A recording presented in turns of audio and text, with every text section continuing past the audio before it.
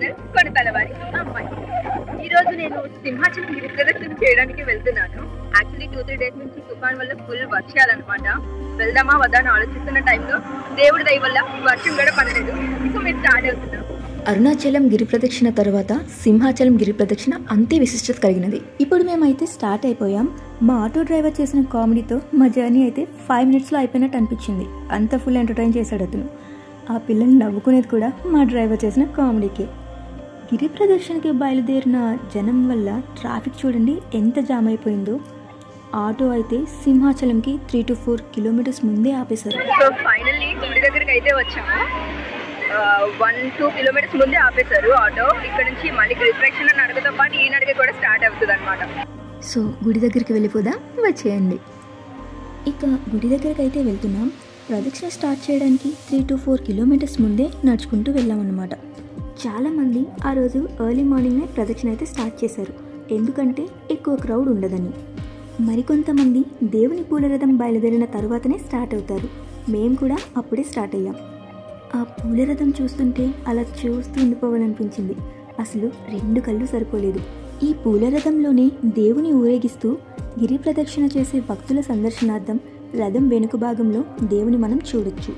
ఈ రథం కూడా 32 kilometers తిరిగి మళ్ళీ గుడికైతే తీసుకొస్తారు. గిరి ప్రదక్షిణ చెప్పులు లేకుండా చేయాలంటారు కదా, సో మేము కూడా చెప్పులు లేకుండానే నడిచాం. అసలు 32 kilometers ఎందుకు ప్రదక్షిణ చేయాలి?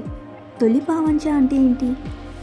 అయ్యో, అన్ని కిలోమీటర్స్ నేను నడవలేనే, మరి ఆ దేవుని అనుగ్రహం పొందడం ఎలా?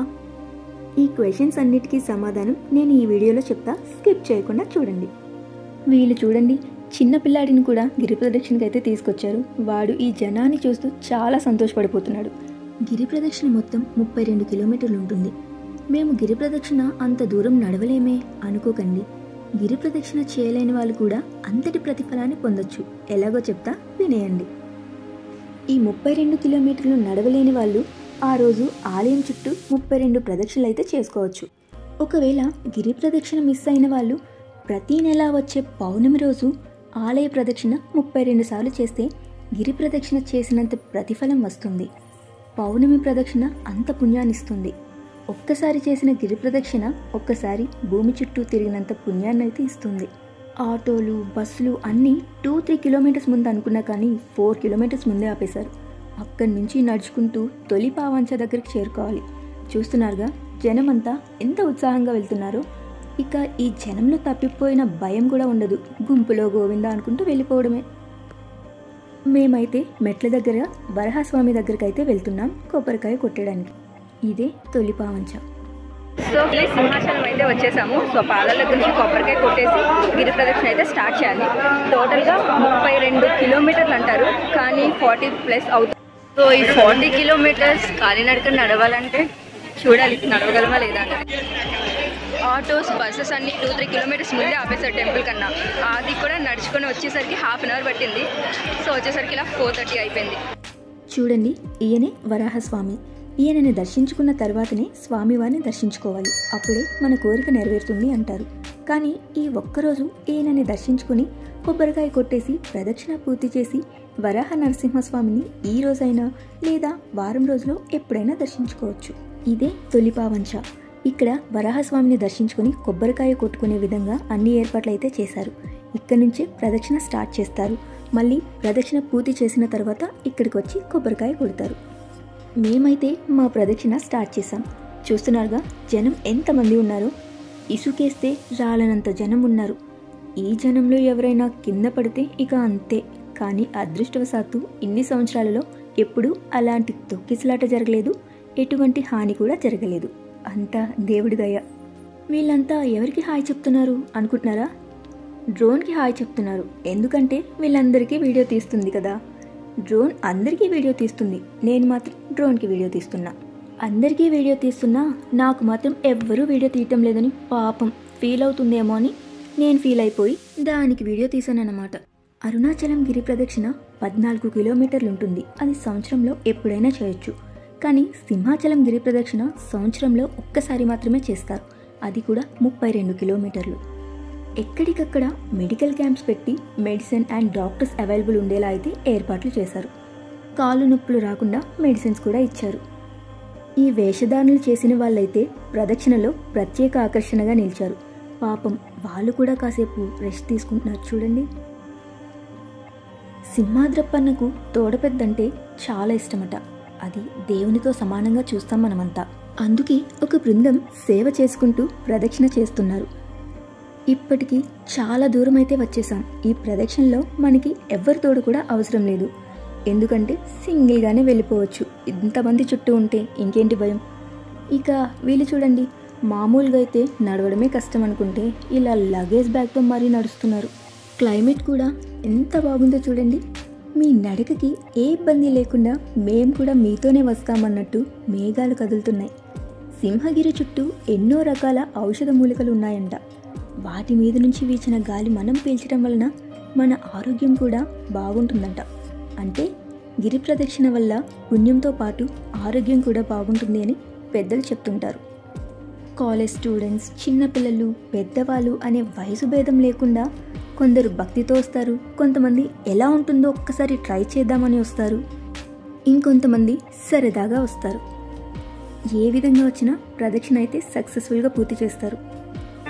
సో ఈవినింగ్ 4 o'clock నుంచి కంటిన్యూస్గా నడుచుకుంటూ వచ్చేసరికి ఇప్పుడు 7:30 అయ్యింది. కాసేపు అలా రెస్ట్ తీసుకుందామని కూర్చున్నాం అనమాట. సో మళ్ళీ స్టార్ట్ అయిపోతాం ఇప్పుడు. ఈ ప్రదక్షిణ చేస్తున్న మార్గ మధ్యంలో మనకి చాలా టెంపుల్స్ కనిపిస్తాయి. వాటిని కూడా దర్శించుకుంటారు చాలామంది. ఇక ఈ నడకలో మనకి బోర్ కొట్టకుండా ప్రకృతి కూడా ఎంతలా సపోర్ట్ చేసిందంటే మాటల్లో చెప్పలేను. 2-3 days నుంచి తుఫాన్ వల్ల వైజాగ్లో ఫుల్గా వర్షాలు. కానీ దేవుని దయ వల్ల ఆ రోజు మాత్రం వర్షం పడలేదు. ఈ ఒక్క విషయం చాలు దేవుడు ఉన్నాడు అనడానికి.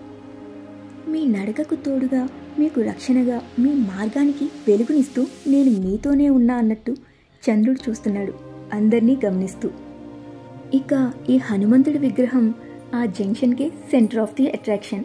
ఇలా హనుమంతు వాక వచ్చేసరికి 8:15 అయింది. అలా నడుస్తూ ఉన్నప్పుడే రోడ్పై ఎక్కడ ఈ లైన్స్ కనిపించినా నేను ఆ లైన్ పైనే నడిచేదాన్ని. ఎందుకంటే కాళ్ళు అంతగా నొప్పి అనిపించేవి కాదు రోడ్పై కన్నా. అలా 19 kilometers నడిచాక ఒక ప్లేస్లో కాసేపు రెస్ట్ తీసుకుందామని కూర్చున్నాం. 32 kilometers నడవడం అంటే చాలా కష్టం. మధ్యలో ఆకలేస్తుంది, దాహం వేస్తుంది. కానీ వాటన్నిటికీ ఇబ్బంది లేకుండా దేవస్థానం వాళ్ళు, స్వచ్ఛంద సంస్థలు ఎక్కడికక్కడ ఫుడ్ ఫెసిలిటీస్, వాటర్ ఫెసిలిటీస్ అన్నీ ప్రొవైడ్ చేశారు. మొబైల్ టాయిలెట్స్ కూడా ఎక్కడికక్కడ ఏర్పాట్లు అయితే చేశారు. సుమారు 10 లక్షల పైన జనం వచ్చారు. చూస్తున్నారు కదా, ఈ జనాన్ని చూస్తుంటేనే మీకు అర్థమవుతుంది సింహాచలం గిరి ప్రదక్షిణ ఇంత విశిష్టత ఉందా. 3 kilometers నడిచేసరికి ఒంట్లో ఛార్జింగ్ కొద్దిగా అయిపోతుంది. అందుకే కూర్చునిపోయా. నేనే కాదు, చాలామంది కాళ్ళ నొప్పులతో నడవలేక కూర్చునిపోయారు. చూడండి అందరూ ఎంత స్లో అయిపోయారో. అందరికీ నడిచే ఓపిక ఇవ్వాలి అన్నట్టు దేవుని దర్శించుకునేలా విగ్రహాలనైతే ఎక్కడికక్కడ ఏర్పాట్లు చేశారు. అమ్మా అక్కడ బొమ్మ దగ్గర గుంపుగా చేయొద్దమ్మా, మెల్లమెల్లగా ఫోటోలు తీసుకుని వెళ్ళాల్సిందిగా కోరుకుంటున్నాం. మెల్లమెల్లగా ఏం కంగారు లేదో అందరికీ దొరుకుతుంది. ఇక స్పోర్ట్స్ స్టేడియం దగ్గరికి వచ్చాక అందరికీ నిజంగా దేవుడు కనిపించాడు. ఆ రోడ్లో కన్స్ట్రక్షన్ వల్లనో మరి రోడ్స్ బాగోకునో రోడ్డంతా రాళ్ళు గాజు పెంకులపై నడిచినట్టు అనిపించింది. చాలా పెయిన్ వచ్చే కాళ్ళు. ఆ నొప్పి తగ్గడం కోసం మెడికల్ క్యాంప్ వాళ్ళు పెయిన్ కిల్లర్ స్ప్రే కూడా చేశారు. ఈ సింహాచలం గిరి ప్రదక్షిణకి మన రాష్ట్రం నుంచే కాదు, పక్క రాష్ట్రాలైన తెలంగాణ, కర్ణాటక, తమిళనాడు, ఒరిస్సా నుంచి కూడా భక్తులు తండోపతండాలుగా వస్తారు. అంతటి విశిష్టత కలిగినది ఈ సింహాచలం గిరి ప్రదక్షిణ. ఇప్పుడు టైం 1:30 అయింది. 24 kilometers అయితే సక్సెస్గా కంప్లీట్ చేసాం. కానీ ఇంకా నడిచి ఓపిక అయితే లేదు. చూడాలి గుడి వరకు వెళ్ళి ఓపిక ఉంటుందో లేదో. 54 kilometers నడిచేసరికి ఫోన్లో ఛార్జింగ్ అయిపోయింది, ఒంట్లో ఛార్జింగ్ కూడా అయిపోయింది. చూడాలి మార్నింగ్ వరకు నడవాలంటే ఇప్పుడే దేవుడు కనిపిస్తున్నాడు. అసలు 32 kilometerలే ప్రదక్షిణ ఎందుకు చేస్తారు? స్వామివారు హిరణ్యకశిపుని వధించిన సమయంలో ప్రహ్లాదునికి 32 నారసింహ అవతారాలలో 32 స్తంభాలలో దర్శనమిచ్చారట.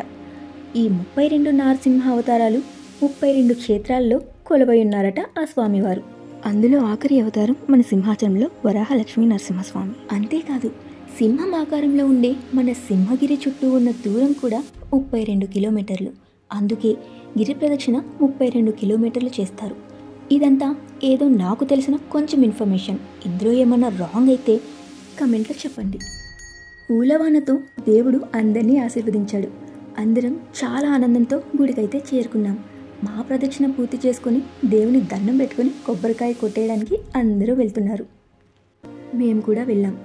మీరు కూడా ఆ దేవుని దర్శించుకోండి.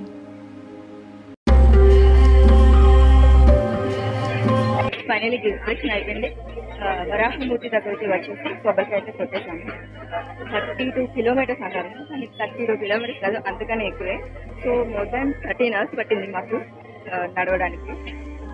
సో ఇంటికి అయితే స్టార్ట్ అవుతున్నాము. ఇక్కడ వరకు చేసింది ఒక టాస్క్ అయితే ఇక్కడ నుంచి మరో టాస్క్. మళ్ళీ కొన్ని కిలోమీటర్స్ బయటకు నడవాలి, ఆటో కానీ బస్ కానీ తీసుకోవాలంటే. మా ఇంటికి వెళ్ళాలంటే ఇంకా 2 hours పడుతుంది.